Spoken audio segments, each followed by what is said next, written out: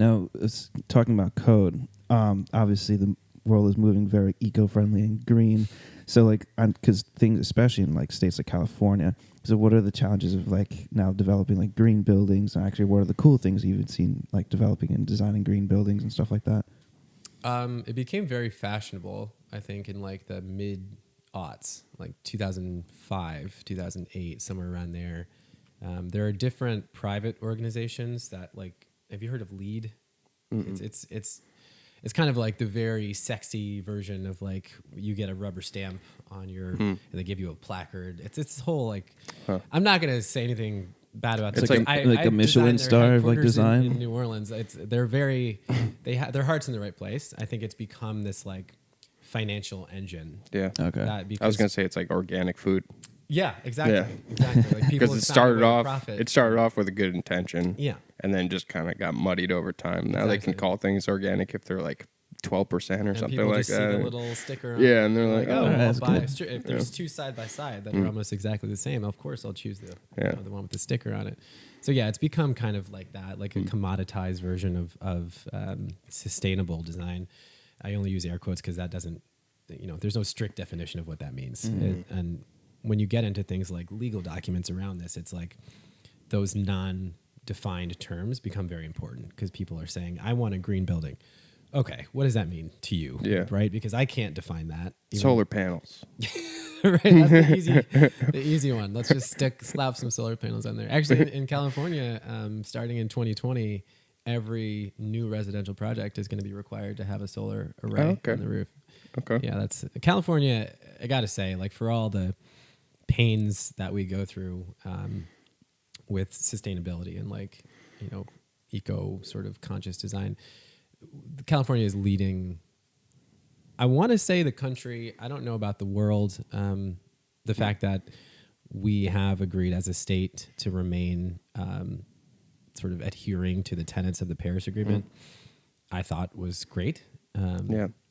I think, not to get political, but like the country is moving in a different direction, which is fine. But I think California has remained one of those mainstays in the sort of eco movement, which is it's awesome to be a part of. That's what we need.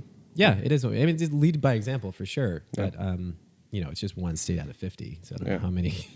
Right. There are other people who are following in California's footsteps, but So I guess to answer your question, it's nice to see. It's nice to see people like the sort of general populace become aware of it, because then it helps. It helps us, because at the end of the day, we are the ones who have to be convincing the people who are designing things or funding the things that we are designing that this is worth their while. And they're not going to change their mind until they get public pushback. We need the rest of the population to be forcing them to do it, because they're not going to do it otherwise. It just doesn't make financial sense. And if it's not a legal requirement, they're not going to do it.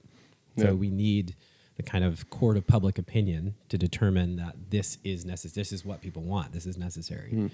That said, for sure, there are going to be private companies who benefit from that.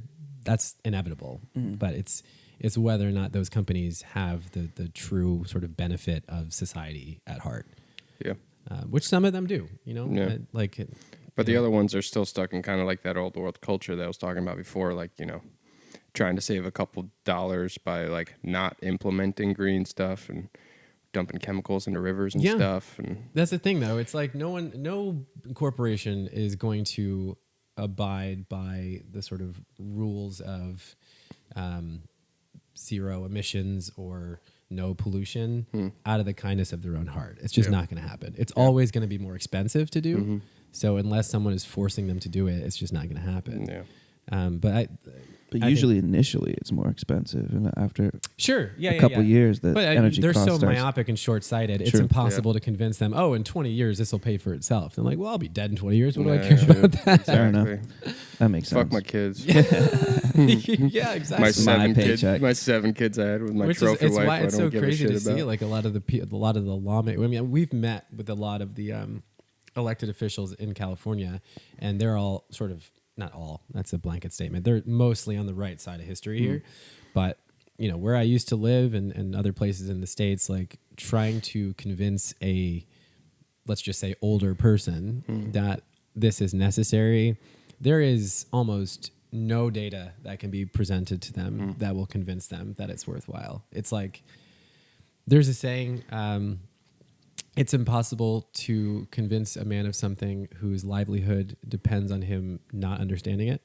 So trying to convince these guys that this in the long run is the right thing to do is like, trying to teach a dog new tricks. Yeah. Or teach an old dog new Old tricks. dog new tricks, yeah. You can show them as many pictures of polar bears as you want. They're gonna be It's like, just fuck not you. it's not going to register. He looked fine on the Coca-Cola commercial. Yeah, right. There's plenty of ice there. He needed to lose some weight. Yeah. I think the best example of that is that senator. I think it was senator that brought a snowball into. Inhofe, yeah, Representative Inhofe. It's like, we got snow right here. Yeah. All right, dude. Yeah, in the, great in the example. chamber, in the